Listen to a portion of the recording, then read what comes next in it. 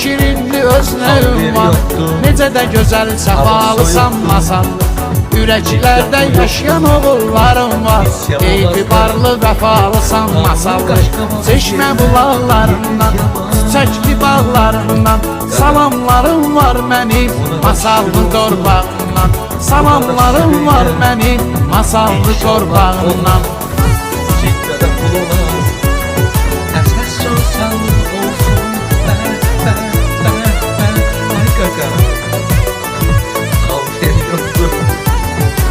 Boğazda havası yoktur. Siz ürəksiniz, sizə bazar olsun. Siz qardaşsınız. Təbiətin gözəldir, hüsnkarsən. Oğulların olsun bəxtiyar sənin. Sıx meşəli gözəl Talış dağları, bağ bəhərli qızıldı torpaq.